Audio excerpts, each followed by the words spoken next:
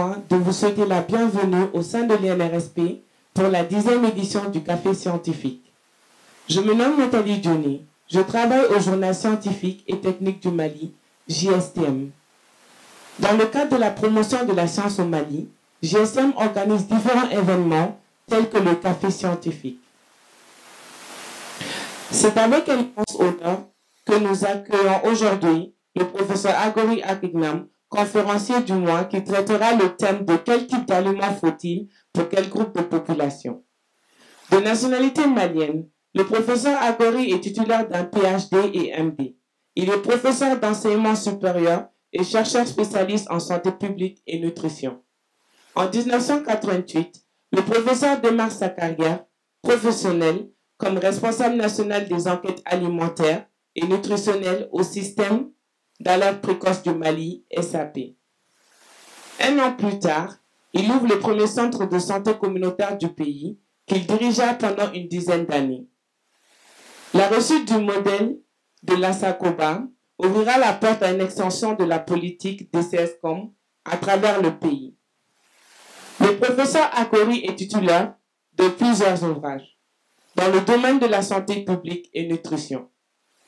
De nos jours, il est responsable du département de nutrition ici à l'INRSP et responsable de master de nutrition à la faculté de médecine. Sans plus tarder, merci d'accueillir par un tonnerre d'applaudissements le professeur Akori. Je vous remercie.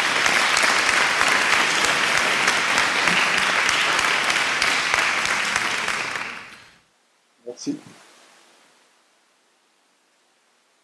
Donc, bonsoir tout le monde. J'ai l'honneur et le privilège de vous entretenir ce matin ou cet après-midi, disons, sur un thème d'importance, la nutrition, parce que c'est un élément extrêmement important dans la vie de l'homme, depuis la phase, j'allais dire, intra-utérine, l'adolescence et jusqu'à la vieillesse. Donc le thème d'aujourd'hui, et je remercie vraiment le journal scientifique et technique pour avoir organisé cette rencontre d'échange sur un thème aussi important. Et merci aussi à ceux qui ont fait le déplacement. Donc le thème que nous allons traiter aujourd'hui, quel type d'alimentation pour quel type de population. On sait que l'alimentation, c'est un élément extrêmement important et c'est ce qui va préjuger, j'allais dire, du bon déroulement et de l'avenir de tout individu, assurer sa croissance harmonieuse pour qu'il soit apte à prendre part de façon efficace au processus de développement de chacun des pays. Donc, pour aborder ce thème, un certain nombre d'objectifs. Le premier, c'est d'améliorer. L'objectif, c'est de permettre à chacun de ceux qui prennent part à cette rencontre d'améliorer les modes d'alimentation afin qu'ils soient adaptés aux besoins physiologiques, mais aussi aux besoins d'activité, n'est-ce pas, pour les permettre de fonctionner correctement dans la vie courante. Deuxièmement, c'est permettre de mettre à votre disposition un certain nombre de conseils afin de rendre beaucoup plus efficace votre alimentation de tous les jours. Et enfin, bien sûr, susciter le débat pour qu'ensemble nous échangeons sur des questions clés dans ces domaines. Pour ce faire, un certain nombre de questionnements. Nous avons voulu poser un certain nombre de questions pour avoir les réponses à ces questions et je pense que c'est l'élément le plus important. Au terme de cette présentation, certainement nous allons voir qu'est-ce qu'il faudrait consommer, pourquoi consommer, comment le consommer et finir justement lorsqu'on aura appréhendé les raisons qui poussent les uns et les autres à pouvoir consommer les différents aliments. Et nous allons clôturer avec un certain nombre de conseils pratiques pour que les uns et les autres puissent avoir une alimentation adéquate. Que faut-il consommer? L'alimentation, je dis que c'est le préalable parce qu'on commence à s'alimenter depuis intra-utérin.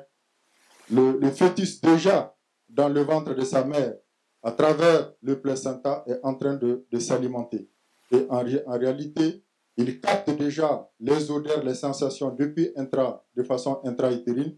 Et justement, c'est extrêmement important.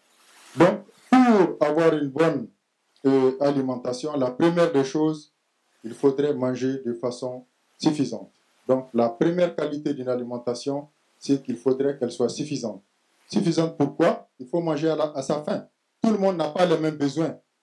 Que ce soit, même si vous êtes de même âge, si vous n'avez pas le même poids, vous n'avez pas la même taille, vos besoins ne sont pas les mêmes. Ça, c'est la première caractéristique d'une alimentation. Il faut qu'elle soit suffisante afin de répondre aux préoccupations de développement harmonieux de l'organisme de tout un chacun. Deuxième élément, cette alimentation doit être équilibrée. Ça veut dire qu'elle doit regrouper l'ensemble des nutriments et micronutriments nécessaires au bon fonctionnement de notre organisme. Troisièmement, elle doit être diversifiée du simple fait qu'aucun aliment au monde ne regroupe à lui seul toutes les vertus nécessaires pour assurer le plein développement, les besoins de l'organisme dans les différents micronutriments. Donc, c'est pourquoi il faut varier son alimentation afin de pouvoir capter, chaque fois qu'on change l'alimentation, certains nutriments qu'on ne retrouve pas dans le plat précédent. Et enfin, toute alimentation doit être saine. Ça, c'est un élément extrêmement important. Donc, voilà les 4 caractéristiques fondamentales d'une alimentation. Donc, c'est le préalable.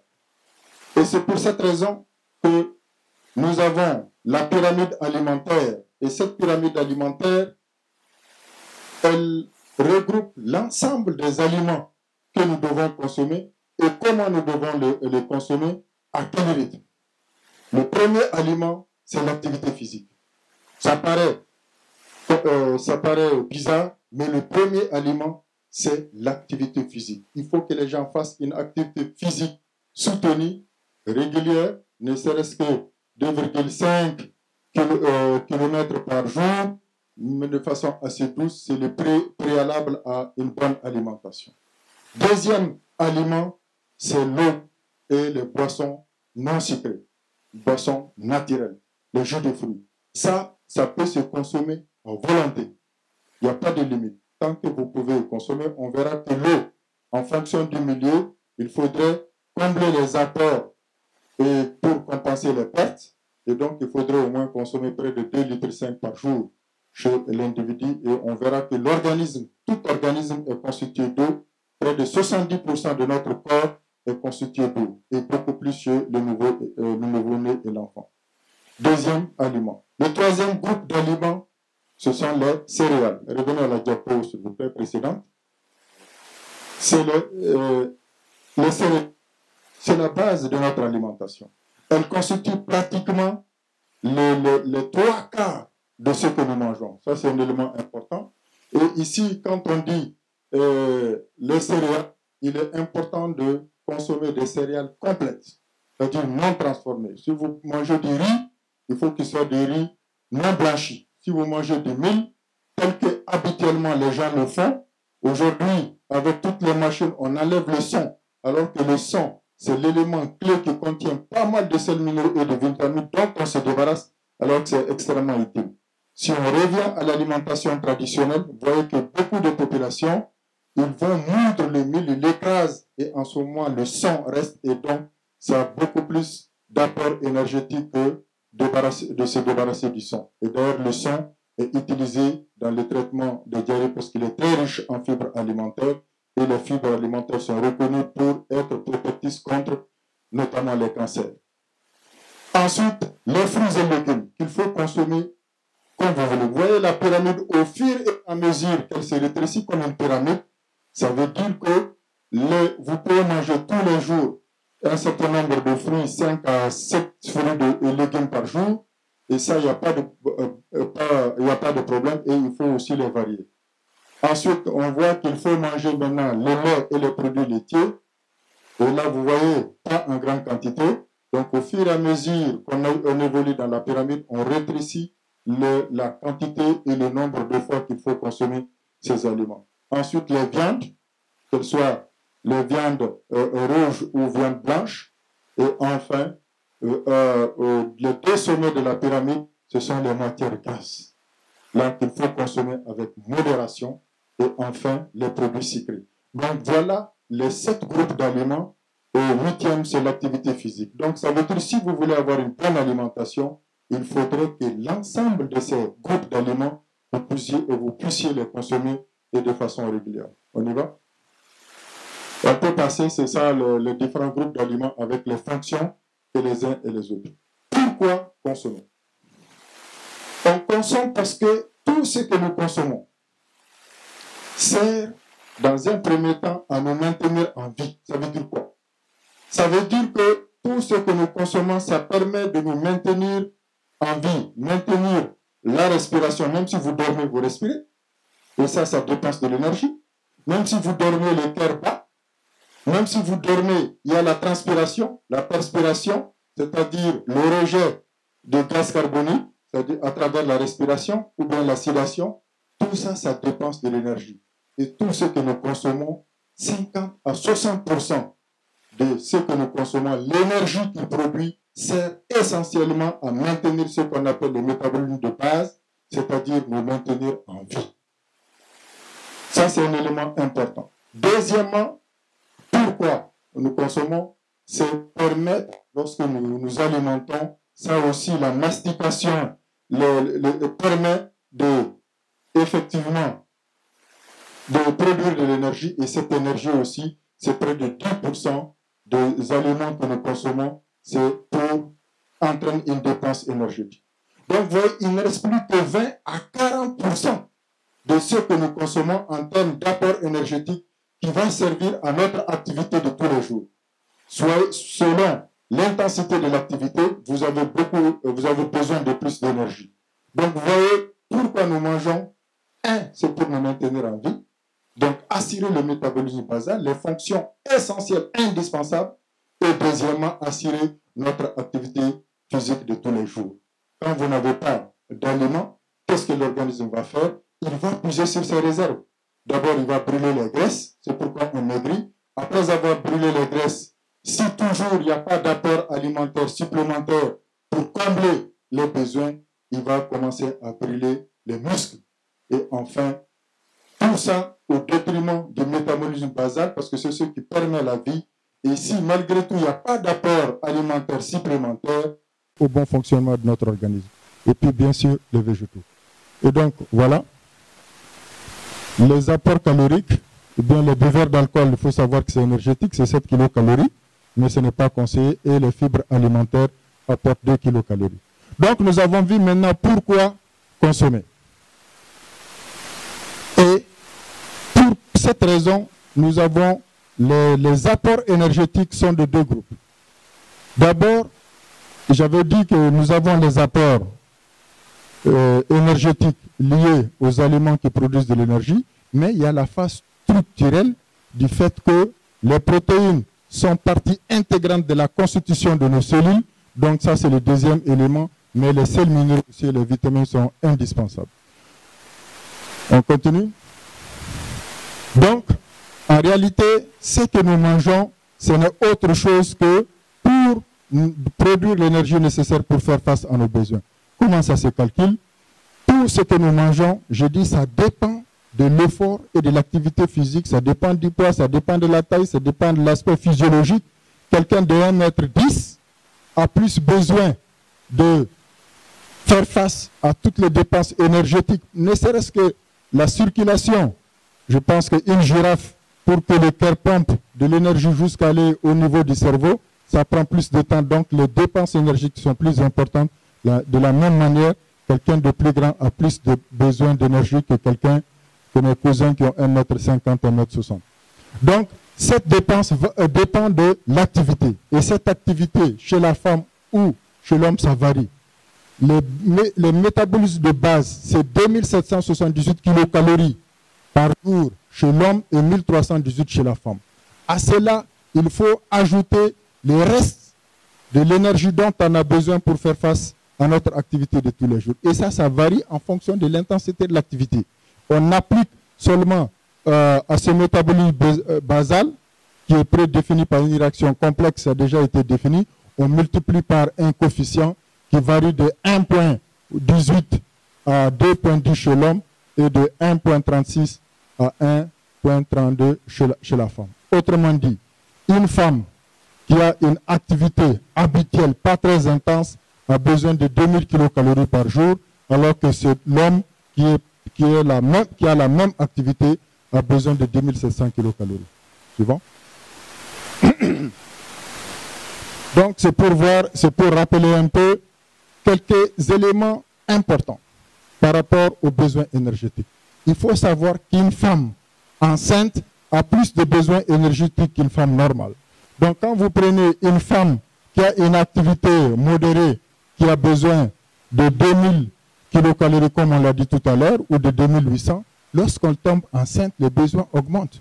Parce qu'il faut nourrir ce fœtus, et donc ces besoins augmentent de 150 kcal supplémentaires pendant le premier trimestre et de 350 kcal pendant le deuxième et troisième trimestre. Donc globalement, pendant la grossesse, si la femme a besoin, habituellement avant qu'elle ne tombe enceinte, elle a des besoins de 2000 kcal par jour, et bien pendant la grossesse, elle aura besoin de 2000 plus 500 kcal, donc 2500 kcal par jour. Or chez nous, traditionnellement, vous savez bien que le régime alimentaire de la femme ne change pas parce qu'elle est enceinte ou pas. Ça ne veut pas dire qu'il faut augmenter la quantité de nourriture, mais il faut améliorer la qualité de l'alimentation, des aliments énergétiques. Et lorsqu'elle va allaiter, les dépenses énergétiques encore sont beaucoup plus importantes, de 500 kcal. Donc cette femme qui normalement, en temps normal, sans enceinte, avait besoin de 2000 kcal, lorsqu'elle va tomber enceinte, on va rajouter 500, ça fait 2500. Et lorsqu'elle va allaiter, elle aura besoin de 1000 supplémentaires, donc elle aura besoin de 3000 kcal. Donc c'est un élément important qu'il faut retenir. Donc les besoins énergétiques sont en fonction de l'aspect physiologique, de l'âge, du sexe, etc. Suivant. Suivant, ça c'est les besoins journaliers. Pour améliorer son régime alimentaire, ça veut dire qu'il faut manger, comme je dis, il faut manger équilibré. Ça veut dire les besoins en protéines sont de l'ordre de 0,80 grammes par kilo et par jour chez l'adulte. On verra chez la personne âgée.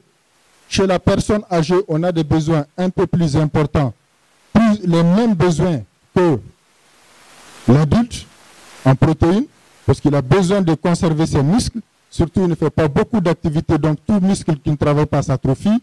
Et la personne âgée qui ne se déplace plus beaucoup. Pourquoi vous voyez, ils commencent à maigrir parce qu'ils ne font pas beaucoup d'activité physique. Mais en termes de lipides, les besoins sont de l'ordre de 30 à 35%.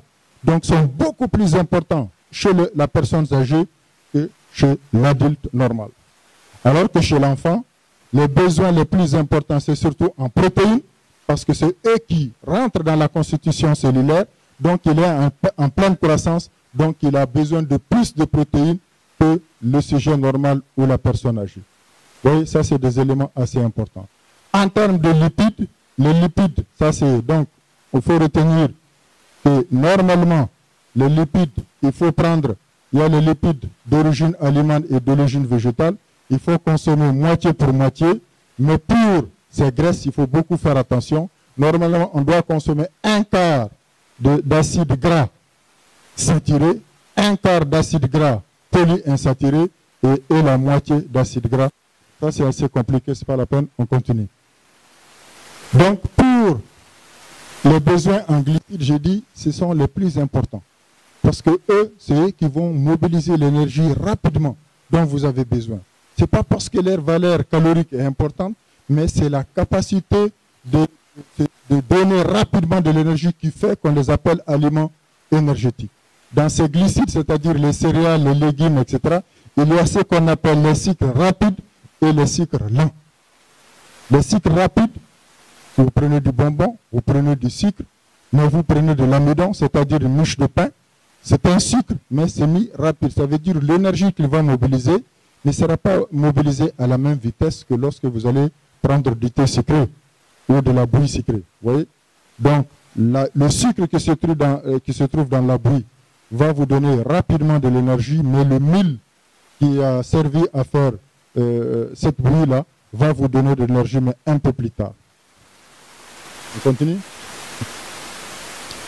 les fibres. Les fibres, c'est des éléments extrêmement importants dans l'alimentation. Sur le plan des fonctions des aliments, on a 4 groupes de fonctions. On a les aliments qui ont une valeur énergétique. Je le dis, ce sont les glucides, c'est-à-dire les huiles, les graisses, et puis les glucides, les céréales, etc. Ça, c'est les aliments énergétiques. Nous avons les éléments de soutien. Ça, c'est les légumes et les fruits verts. Et les aliments de régulation, ça, c'est les fibres. Je vous dis, quand vous pelez le mil et vous le débarrassez de son son, vous perdez une partie extrêmement importante de fibres. Alors que les fibres, je dis, ont un rôle pour retenir l'eau, donc favoriser l'hydratation, favoriser le tract digestif, et ils sont reconnus pour protéger contre les cancers, surtout les cancers digestifs. Donc ça veut dire qu'on les trouve dans quoi? On les trouve dans les légumes et les céréales complètes. Je dis bien céréales complètes. Quand on pile ici le mil, on enlève tout le son, ce n'est pas recommandé. Et même quand vous mangez les fruits, il faut les manger avec la peau. Par exemple, si vous mangez une mangue, il est bon de manger avec la peau parce que c'est là où vous avez les fibres. Il suffit de bien nettoyer, bien laver, manger avec, au lieu d'enlever cette peau qui contient beaucoup de fibres. Et les fibres vraiment ont ce rôle extrêmement important. Ensuite, suivant. Ça, c'est les besoins en fonction des micronutriments. On peut passer, c'est un peu compliqué. On avait dit quel type de régime. Je dis chez le sujet normal, que ce soit l'enfant. Il faut savoir que l'enfant a beaucoup plus, son corps comporte plus d'eau que chez l'adulte. Pratiquement 80% du poids corporel de l'enfant, c'est essentiellement de l'eau. Donc ça, c'est un élément assez important. Et deuxièmement, il a des besoins en protéines beaucoup plus importantes parce qu'il a sa croissance, ce sont ces protéines qui rentrent dans la constitution des cellules. Chez l'adulte, les besoins, comme je dis, varient en fonction de la physiologie de l'activité. Et chez la personne âgée qui est moins active, donc ça veut dire qu'il faut faire attention, les besoins en protéines sont identiques à celles de l'adulte. Par contre, il faut réduire les hydrates de carbone, c'est-à-dire les glucides, les sucres rapides, parce que le plus souvent, on le verra, c'est des gens qui ont certaines pathologies, comme le diabète, etc. À un certain âge, la plupart des pathologies font l'apparition, et puis souvent la dentition n'est pas très bonne, c'est des gens qui n'arrivent pas à bien mastiquer, etc.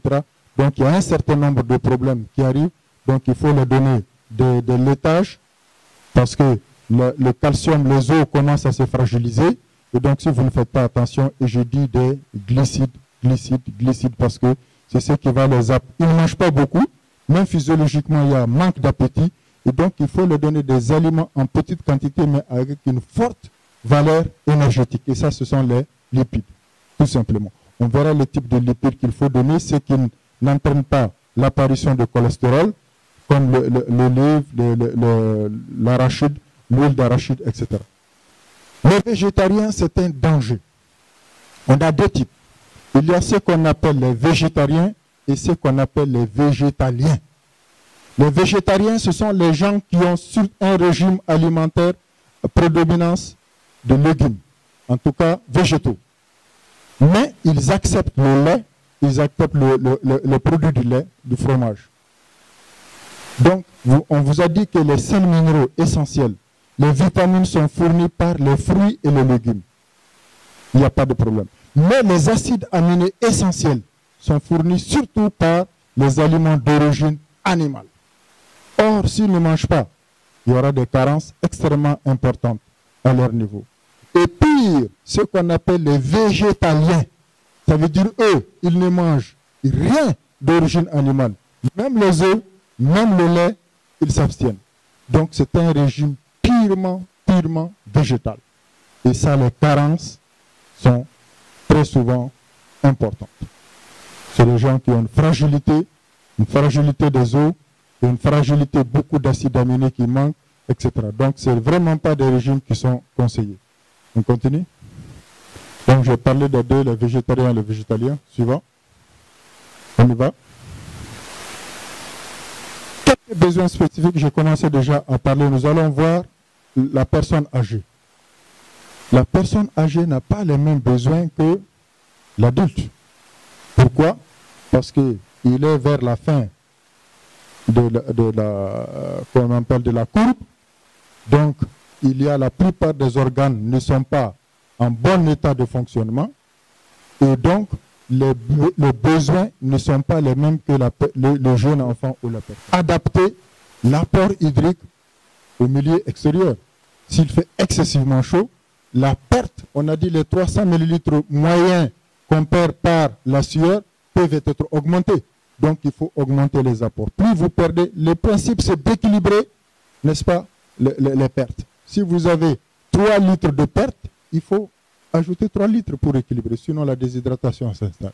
Donc, vous voyez, les quantités sont beaucoup plus réduites parce que je dis, il y a même une inhibition de la faim, une déshydratation, donc il ne s'alimente pas beaucoup. On y va. C'est toujours les besoins. Vous voyez, 1,7 litres, dont 1,2 doivent être apportés par les boissons. Donc, c'est des gens auxquels il faut donner beaucoup de fruits et de légumes parce que ça va être une source aussi d'apport en eau. Et comme les fruits et légumes, souvent, c'est beaucoup plus acceptable, c'est beaucoup plus facile à mâcher une banane, etc., qu'une alimentation, un plat habituel. Donc, ça, c'est des éléments importants qui vont les apporter les sels minéraux dont ils ont besoin. Les lipides, comme je dis, c'est le plus important, 30 à 35%, alors que c'est 15 à 20% chez le sujet normal. Donc, ça veut dire ici, tout simplement, parce que les lipides sont très énergétiques, mais il faut faire attention au rapport de différents lipides, comme on l'a vu. Maintenant, il y a un certain nombre de lipides, par exemple, qui sont importants, qui n'apportent pas de cholestérol. C'est surtout l'huile d'olive, l'huile de colza, l'huile d'arachide. Mais attention, quand je dis l'huile d'arachide, nos arachides dépourvus d'aflatoxine. Parce que le mode de conservation chez nous, c'est ce qui fait que l'aflatoxine se dépose. Si le mode de conservation n'est pas bon, sinon l'huile d'arachide, en principe, si les conditions sont normales, ça ne donne pas comment on appelle, de cholestérol. Mais attention à nos huiles, le mode de fabrication, etc., ça pose un problème. On y va? Donc les besoins en protéines sont beaucoup plus faibles que le sujet normal, c'est tout à fait normal, mais tant qu'on peut l'apporter pour maintenir ses muscles en bon état de fonctionnement, mais c'est un peu moins que chez le sujet normal. Donc je dis les produits laitiers, c'est extrêmement important. On y va? Ça, c'est le besoin en sels minéraux, en calcium, en phosphore, en sélénium. C'est important parce qu'avec la déshydratation, souvent il se déshydrate. Donc l'apport en calcium et en magnésium, c'est important. Si vous donnez de la banane, c'est une bonne façon d'apporter du magnésium, une bonne façon d'apporter du potassium. C'est très riche en potassium. Donc même pour ceux qui sont sous traitement, par exemple d'hypertension artérielle ou de problèmes cardiaques, la banane, tout simplement, s'il prend au moins une banane par jour, ça résout les problèmes d'apport en potassium. Les fruits, ça, tant qu'il peut en manger, ça ne fait aucun mal. Vous avez la base de la pyramide. Après les boissons, ce sont les fruits et légumes. Ça ne fait que du bien. Ça ne va pas apporter de l'énergie, mais ça va combler les carences, n'est-ce pas, en minéraux essentiels ou en vitamines qui aussi interviennent dans le bon fonctionnement de l'organisme. On y va. La vitamine A, pas de supplémentation chez l'adulte parce qu'en général, elle n'est pas altérée. Ça, c'est un élément extrêmement important. Donc, on n'a pas besoin de supplémentation sur le sujet âgé. On y va. Par contre, souvent, la vitamine A, elle peut être apportée par les fruits et légumes comme la vitamine E parce que c'est un antioxydant. Les antioxydants, quel est leur rôle? C'est empêcher le vieillissement cellulaire. C'est-à-dire l'organisme, tous les jours, il y a des cellules qui meurent et donc il y a des cellules qui détruisent même les cellules de l'organisme. Et le rôle des antioxydants, comme leur nom l'indique, c'est empêcher cette destruction cellulaire. C'est quoi ces antioxydants? Le thé, c'est un excellent antioxydant. Le café, moins que le thé.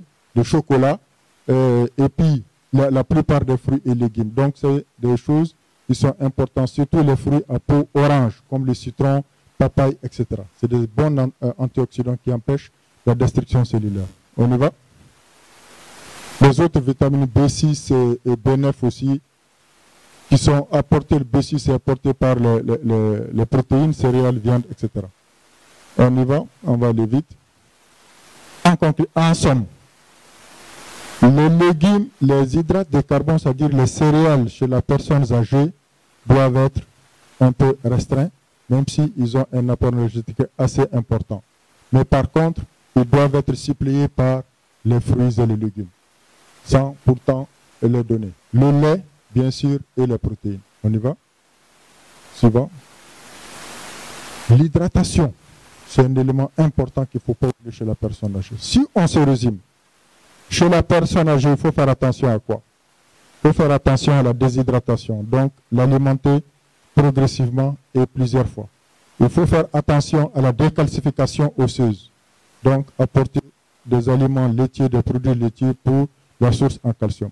Très souvent, déshydratation, les fruits, les bananes, etc. résolvent le déséquilibre hydroélectrolytique avec le manque de potassium, etc. Donc ça, c'est le troisième élément. Comme ils n'ont pas d'appétit le plus souvent, donc il faut une alimentation riche en graisse. Quand on dit graisse, ce n'est pas forcément, c'est-à-dire dans l'alimentation, il doit avoir, ça doit être gras, tout simplement parce que c'est des petites quantités, mais qui vont combler leurs besoins énergétiques. On y va? On peut aller, on y va. On y va. En conclusion, maintenant, comment consommer? Troisième question. Comme je l'ai dit, j'ai déjà rappelé, la consommation doit obéir à la règle des 421 GPL, c'est-à-dire 60 à 65% de notre énergie est apportée par la consommation des glucides, c'est-à-dire les céréales, les légumes secs. 20 à 25%, ce sont les protéines. Ça, vous voyez, au fur et à mesure, ça diminue.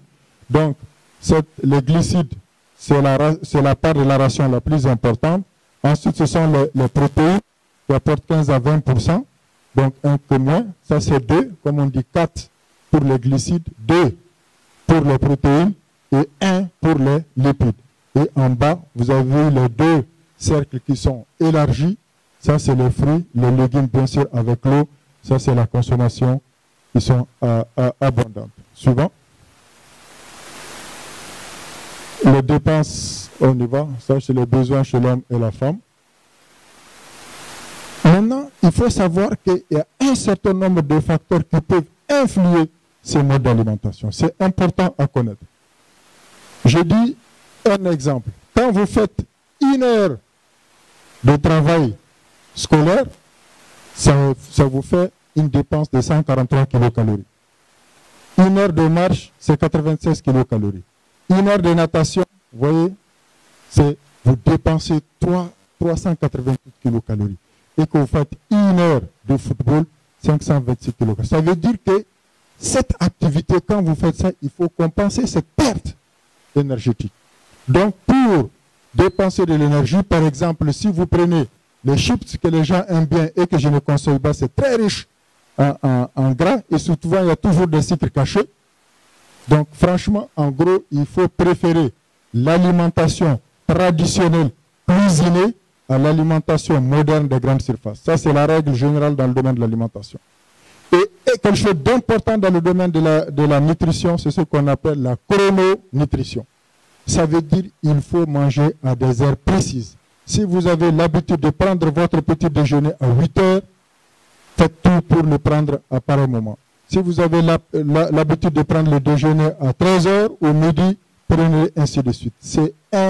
Le grignotage, il n'y a pas quelque chose de plus dangereux pour la nutrition que le grignotage. Manger entre les repas. Donc, il faut manger à des heures. Parce que ça développe le réflexe. Quand vous dépassez cette heure, il faut savoir qu'il y aura l'inhibition du réflexe. Et la faim que vous avez, à un moment, ça va s'estomper et vous n'aurez plus faim. Et vous pouvez même tomber souvent en syncope. Ça nous est arrivé, nous travaillons souvent sans manger. Souvent, vous pouvez faire des hypoglycémies sans vous rendre compte. Parce que vous dépassez l'heure. Au moment où vous avez l'habitude de manger, il y a les réflexes, vous avez envie de manger. Si vous êtes occupé et que vous n'avez pas à manger, vous continuez à travailler. À un moment donné, la réserve s'épuise. Vous pouvez souvent tomber dans les réflexes. On y va. Il y a d'autres facteurs, la température. Ça aussi, c'est un facteur qui peut influer sur l'énergie. À 0 degré, la dépense énergétique, c'est 3 kilocalories. Comme je dis, le métabolisme basal, c'est au repos à une température normale pendant au moins 10 minutes. C'est ça la dépense énergétique qu'on dit qu'elle est de 2778 kilocalories chez l'homme et 1318 chez la femme. Mais il y a des facteurs. Plus la température est élevée, plus souvent la dépense énergétique est élevée. Vous voyez, à 30 degrés, on ne dépasse que 1,67 kilocalories.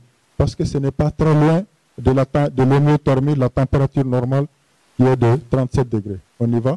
Mais plus il fait froid, plus vous dépensez de l'énergie. Donc il faut compenser. Le niveau, comme je dis, l'activité physique aussi, c'est un élément qui est un facteur qui va influer sur les besoins énergétiques. Un sportif de haut niveau, effectivement, a des besoins énergétiques plus importants qu'un sédentaire, une secrétaire qui répond au téléphone, tout simplement. Donc ça aussi, c'est des facteurs qui influent sur les besoins énergétiques. La forme du corps, malheureusement, comme nous le disons, deux personnes de même âge, souvent de même poids, n'ont pas souvent les mêmes besoins. Et ça, c'est des facteurs génétiques. Malheureusement, vous pouvez avoir quelqu'un qui a soit des plus besoins en termes de quantité, comme je dis, l'alimentation. D'abord, c'est la quantité, il faut qu'elle soit suffisante, il faut qu'elle soit équilibrée, il faut qu'elle soit diversifiée et saine. Donc, vous voyez, souvent, les besoins énergétiques sont différents d'un sujet à un autre. Ça aussi, il faut en tenir compte. Il ne faut pas penser que quand vous faites des régimes pour des populations, les gens ont les mêmes besoins sur le plan quantitatif ou même quelquefois qualitatif. Vous allez voir d'autres, une petite quantité va combler leurs besoins, et d'autres, il faut une quantité un peu plus grande. On y va. Les facteurs héréditaires aussi, ça c'est un élément assez important. Donc, comme je dis, tout le monde n'est pas fait de la même étoffe. Heureusement, il y a ce qu'on appelle même par rapport à l'assimilation des aliments et à l'assimilation souvent de l'insuline, il y a des gens qu'on appelle des acétylaires lents et des acétylaires rapides. Il y a des gens, dès qu'ils mangent, l'assimilation est rapide. D'autres, ça prend du temps. Donc tout ça, c'est la constitution physiologique et ça aussi, il faut en tenir compte. Quelques éléments clés pour avoir un régime équilibré. Comme on dit, c'est les 8 clés d'une bonne alimentation. Comme je dis, la première règle, c'est la diversification. Il ne faut pas manger comme chez nous. Nous avons des repas monotones du 1er janvier au 31 décembre. Si c'est à Sikasso, c'est du maïs. Si vraiment vous avez l'habitude de prendre le petit déjeuner à telle heure, conservez ça. Si vous avez l'habitude de prendre le déjeuner à telle heure, essayez de respecter ça. Si vous avez l'habitude de prendre le dîner à telle heure, il faut respecter. Parce que l'organisme s'adapte à ses besoins. C'est extrêmement important. Et en général, on dit, le petit déjeuner, il faut faire un petit déjeuner de roi, un déjeuner de prince et un dîner de pauvre. C'est ça la règle. Chez nous, le petit déjeuner, il est léger, presque inexistant. Alors que c'est là où vous devez manger le mieux. Pourquoi? Vous avez passé toute la nuit, vous avez mangé vers 19h, vous allez passer toute la nuit plus de 10 ou 11 heures de temps de jeûne. Donc, le matin, il faut compenser cette carence. Est-ce que vous comprenez? Donc, le matin, on doit manger bien. Si vous voyez les pays anglo-saxons au Canada et tout, mais le matin, vous avez l'impression que c'est le déjeuner. C'est pourquoi à midi, ils appellent ça goûter au Canada. Parce que à midi, bon, c'est moins que le truc. Et la nuit, comme il dit, c'est le souper. Donc, une petite soupe. Vous voyez? Donc, le principe, c'est bien manger le matin, à midi et puis le soir, parce que pendant que vous allez dormir, si vous avez une alimentation grasse, très riche, vous allez donner du travail, votre estomac, mauvaise digestion, mal digestion, etc. Alors que c'est en ce moment qu'il faut lui donner moins de travail. Et l'ajustement des fréquences de consommation des aliments ayant des teneurs particulièrement élevées. Comme je dis, certains fruits, certains aliments, au contraire, sont potentialisateurs de votre alimentation. Ça facilite, n'est-ce pas, l'assimilation des aliments. Dans les aliments aussi, il y a quelque chose qu'il faut respecter. C'est ce qu'on appelle le coefficient d'utilisation digestive. Ça veut dire quand vous consommez un aliment, quand on vous dit 1 gramme de protéines fournit 4 kilocalories, si vous consommez 100 grammes de viande, ça vous donne 400 kilocalories. Non.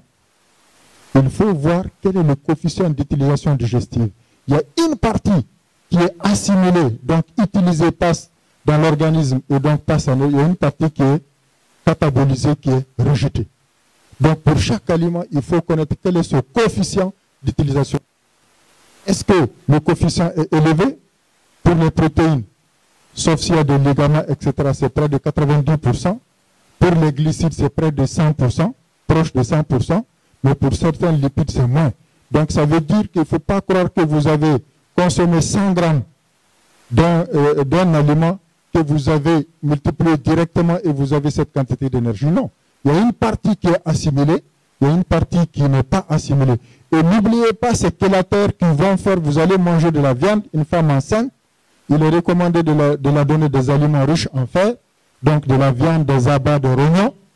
Mais si pendant ce temps elle prend du thé, eh bien, ça ne va pas lui servir, etc. Donc, il est bon en ce moment qu'elle prenne des produits comme les agrumes, qui vont favoriser au contraire cette assimilation. Et ensuite, l'utilisation de l'étiquetage, ça c'est pour la sécurité sanitaire. Il faut lire les étiquettes. Bon, chez nous, il y a beaucoup d'aliments qui ne sont pas étiquetés malheureusement, mais normalement, il faut veiller à l'étiquetage. Et souvent, ces firmes font exprès. L'étiquetage est tellement petit, souvent on a du mal à lire et les gens ne prennent pas soin de lire. Ici, au moins, on a une agence. C'est l'un des seuls pays de l'Afrique francophone qui dispose d'une agence nationale pour la sécurité sanitaire des aliments. Le seul pays en Afrique francophone pour l'instant. Et donc, ça, malheureusement, il n'a pas tous les moyens, toutes les dispositions. Sinon, normalement, tous les aliments qui n'ont pas d'autorisation ne doivent pas être vendus. Mais aujourd'hui, on vend tout, autorisation ou pas. Les pratiques culinaires, ça c'est un élément important. Je dis aujourd'hui, il faut préférer l'alimentation traditionnelle cuisinée, bien cuisinée, à l'alimentation moderne des grandes surfaces. C'est ça qui va développer les maladies chroniques non transmissibles, l'obésité, le surpoids, l'hypertension, etc. Or, même si vous voyez la viande qui est transportée sur les motos ici, avec la poussière et tout, mais fort heureusement, si elle est cuisinée, elle est bien cuisinée, heureusement chez nous on prépare, on cuisine bien, c'est-à-dire tout ça, les germes sont débarrassés. Ailleurs, où vraiment on fait des steaks saignants, si vraiment c'est les mêmes conditions, tous ces gens allaient tomber malades, heureusement en amont. Donc la qualité de l'aliment est importante. C'est important. Ça, la qualité sanitaire. Et le maintien de la convivialité. N'oublie pas que l'alimentation, c'est d'abord un plaisir. C'est important. Autant il faut faire l'équilibre et tout, mais il faut le plaisir, cette convivialité. Ça facilite la digestion, ça facilite la transformation. Ça, c'est important. Même si chez nous, en Afrique, quand on mange, il faut se taire. En Europe, c'est là. Si vous avez un contrat à faire passer, attendez, invitez le partenaire autour d'un plat coupé. Si le plat est bien coupé, vous pouvez être sûr qu'à la fin, votre contrat sera signé. Donc ça, c'est un élément important. Et je dis l'activité physique. Pourquoi? Parce qu'il faut transformer ce que vous avez mangé. Si vous ne transformez pas, ça se stocke, etc. Et c'est important. Donc voilà à peu près les 8 règles clés qu'on appelle les règles d'or de la nutrition. Si les gens les appliquent, vraiment, ils vont profiter des bienfaits de l'alimentation. Voilà. On dit en général la destinée des nations dépend de la manière dont elles se nourrissent. Ça, c'est depuis 1825. Ça veut dire quoi? Aujourd'hui, il est scientifiquement démontré qu'aucun développement n'est possible si on ne résout pas les questions de nutrition. Ça, c'est important. Et pourtant, les stratégies de nutrition ne sont pas coûteuses. Elles ont un rapport coût-efficacité de 1 sur 3. Ça veut dire que si vous investissez $1 dans une activité de nutrition, vous avez un retour sur investissement de $3. Donc ça veut dire qu'elles ne sont pas coûteuses et elles ont un retour sur investissement assez important. Donc, investissons dans la nutrition. Si on voit que les autres vont de l'avant disent qu'ils sont intelligents et tout, ce n'est pas parce qu'ils sont intelligents, parce qu'ils ont... Le point de départ est bien. C'est ce qu'on appelle le cycle intergénérationnel de la nutrition. Si l'enfant, depuis la grossesse, sa mère n'a pas eu les aliments nécessaires pour assurer sa bonne croissance, cet enfant va naître avec des déficits. Et à partir de 24 mois, il aura ce qu'on appelle un retard de croissance. Et le retard de croissance est irréversible. Si c'est une fille, quand elle va se marier, c'est la même chose. Son futur enfant risque d'avoir un retard de croissance. Et les enfants qui ont un retard de croissance, eux qui ont plus de probabilité de développer les maladies chroniques non transmissibles, l'hypertension, le diabète, etc. Ça aussi, c'est scientifiquement démontré. Donc, ça veut dire qu'il faut commencer par une bonne alimentation de la femme enceinte. Si elle est bien alimentée, vous voyez que ses besoins sont plus importants, alors que chez nous, c'est le même plat traditionnel qu'on lui donne. Elle continue à travailler comme d'habitude jusqu'à même à l'accouchement. Donc, elle dépense plus qu'elle ne consomme. Voilà ce que j'avais à vous dire. Je vous remercie. Merci, professeur, pour cette excellente et riche présentation. Maintenant, nous allons passer la parole à l'audience pour poser des questions auxquelles le professeur se fera un plaisir de vous répondre. Bonsoir tout le monde. Voilà. Et vraiment, je remercie le professeur Akoui pour ces brillants cours. Et j'ai juste quelques petites questions que je vais poser rapidement. Je m'attendais quand même à ce que le professeur nous parle un peu du sésame. Comme en fait c'est une céréale vraiment qui est très réputée dans le monde entier et qui est vraiment, comme on le dit, vraiment une vraie mine donc de nutriments et d'aliments. Donc la première question c'est les fibres. Il a parlé des fibres. C'est vrai que les sons donc des différents céréales contiennent vraiment beaucoup de fibres. Mais ces fibres-là, en fonction du traitement, parce que souvent quand on fait passer donc, la céréale entière donc, au moulin et qu'on se met à moudre ça, en fonction du raffinage, en fait. Je vous remercie pour l'intérêt que vous avez accordé à cet exposé. Par rapport à la première question sur les fibres alimentaires, effectivement, le mode de traitement de ces céréales détériore, dénature forcément, n'est-ce pas, la composition, ou voire même quelquefois, purement et simplement, il n'y a même plus de fibres, le fort possible. Traditionnellement, avant, on écrasait, et là, vraiment, la céréale reste complète, intacte. Maintenant, avec les différents instruments qui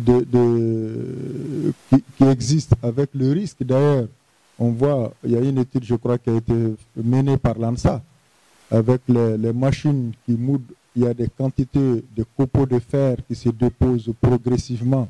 Ça, c'est des métaux lourds, et ça, c'est un autre danger. Pardon, sur la santé, parce que le fer qui est absorbé, c'est le fer ferreux, alors que ça, c'est du fer ferrique Fe3+, donc ce n'est pas du tout, c'est même dangereux. Avec ces petits copeaux, souvent, ça peut même entraîner des micro-ulcérations au niveau de l'estomac, donc des saignements, et voire vraiment des problèmes gastriques.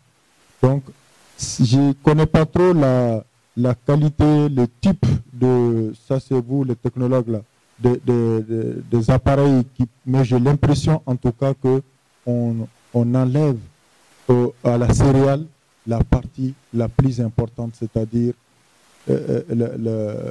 en tout cas, comment on appelle, on le débarrasse de sa fibre. Est-ce que c'est total, c'est partiel? Je ne suis pas assez compétent pour le dire. Mais par rapport à l'hygiène, par rapport à l'alimentation et la dentition, il faut savoir qu'aujourd'hui, les modes d'alimentation, on est passé d'une alimentation traditionnelle, on est plus ou moins dans la transition. On n'est pas encore au Mali dans la transition, mais nous sommes sur le point. On est passé de la transition épidémiologique, démographique, et maintenant plus ou moins dans la transition nutritionnelle. Au départ, notre mode d'alimentation, c'était une alimentation. C'est vrai, elle était monotone, mais elle était très riche en fibres, parce que souvent c'est des céréales, il n'y avait même pas les pilons, c'est des pierres, les gens écrasaient, et donc l'aliment restait complet.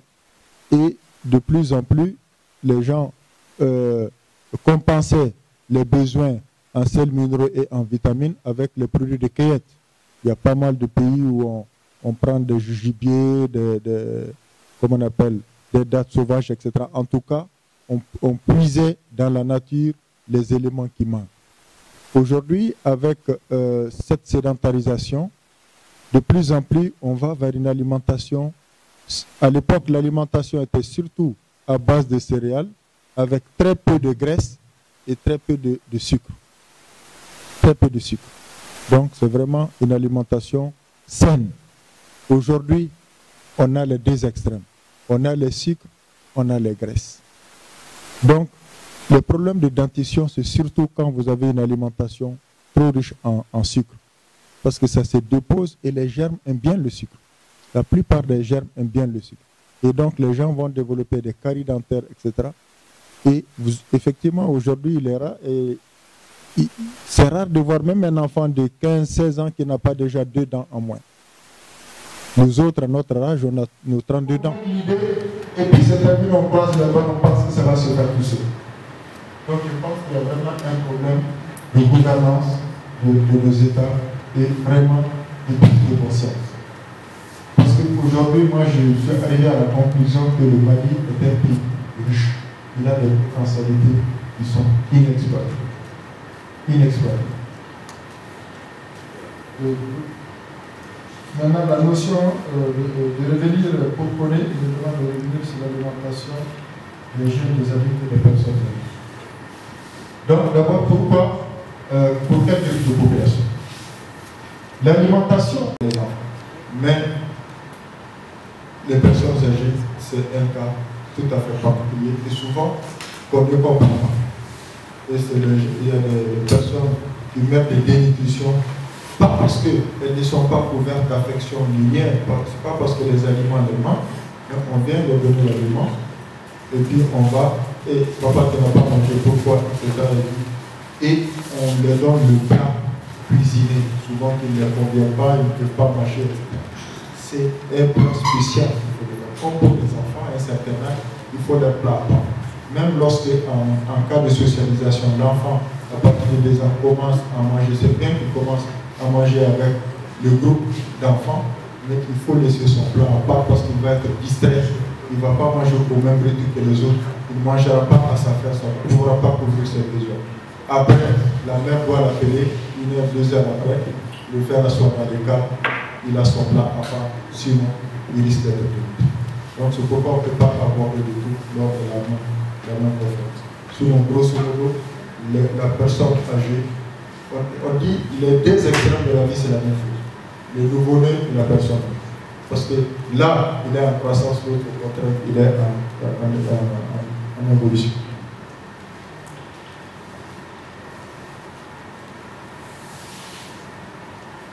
Alimentation et capacité intellectuelle. Ça, c'est une question tellement importante et tellement vraie. J'ai toujours dit, si vous voyez que dans nos pays, on a l'impression qu'on n'est pas intelligent, on n'a pas de lumière. C'est vrai, il y a des facteurs extérieurs qui peuvent favoriser l'intelligence, mais les gens naissent plus ou moins avec les mêmes capacités. Mais ces capacités peuvent être réduites à cause de certaines nutrition. Une femme qui n'a pas de plein potentiel de ses besoins énergétiques pendant la grossesse mettra un enfant déjà handicapé. Et je dis, ça va le suivre pendant toute sa vie. C'est ça le problème. C'est ça. C'est pourquoi on dit que c'est irréversible. Le retard de croissance, c'est irréversible. Surtout si c'est une fille. Parce que quand elle va être mère, ça va être la même chose. Et maintenant, la plupart des études montrent que les maladies chroniques non transmissibles, le point de départ, c'est la malnutrition. Les diabètes, l'hypertension, tout c'est la malnutrition. Donc, si on arrive à renverser la tendance, il y a une fenêtre qu'on parle, ce qu'on appelle la fenêtre d'opportunité de 1000 jours. Cette stratégie, ça veut dire que la femme, améliorer d'abord l'alimentation correcte de la femme enceinte, donner les nutriments nécessaires, lui donner régulièrement des aliments riches en fer, riches en vitamine A, le foie, le oignon, les légumes, les fruits, elle va avoir une bonne grossesse, elle va mettre au moins un enfant bien nourri, dont le poids excède au moins de 3 à 5 kg. En dessous de 5 kg, c'est un petit poids de naissance. Et il aura tout le potentiel, s'il a une alimentation, un allaitement exclusif pour bénéficier des antigènes de la mère et tous les éléments protecteurs que la femme, le vaccin et tout de la femme déjà, avec le cholestérol qu'on lui donne ça, et qu'on assure sa croissance correctement, il n'y a aucune raison qu'il ne soit pas individuel. En tout cas, il a toutes ses potentialités. Mais s'il a ça, il va être handicapé. C'est pourquoi vous voyez les retards des enfants qui donnent une classe, 2 classes. C'est différent du fait que maintenant les enfants de moins en moins s'intéressent. Ça c'est un facteur sociétal, c'est autre chose. Mais en termes de potentialité intellectuelle, c'est vrai le milieu favorise un peu plus, mais parce que le cerveau, les gens naissent avec les mêmes capacités. Ta capacité de pouvoir développer une partie de ton cerveau qui se développe. Aujourd'hui, les enfants ont les jouets et tout. Mais traditionnellement, les enfants ils fabriquent leurs propres jouets. Ça développe. Déjà, l'intelligence, comment réfléchir pour concevoir, on voit un véhicule, comment les reproduire, etc. Aujourd'hui, tout est préfabriqué. Donc, il y a une certaine inhibition. Mais de l'autre côté, avec tout ce qu'ils voient, les jeux, etc., ça développe aussi un autre phénomène. Donc, sinon, effectivement, la nutrition est plus, on a dit aujourd'hui, aucun développement n'est durable si les questions de nutrition ne sont pas réglées. Ça, c'est maintenant connu. C'est pourquoi les indicateurs, les objectifs du millénaire pour le développement, d'abord les ODD, les EFD, maintenant les ODD, maintenant les objectifs de l'OMS pour 2025 pour tous les États, c'est 8 indicateurs, la plupart sont la nutrition.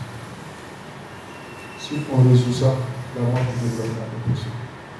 Bien sûr, mais accompagné par la bonne gouvernance. Il n'y a pas de bonne gouvernance.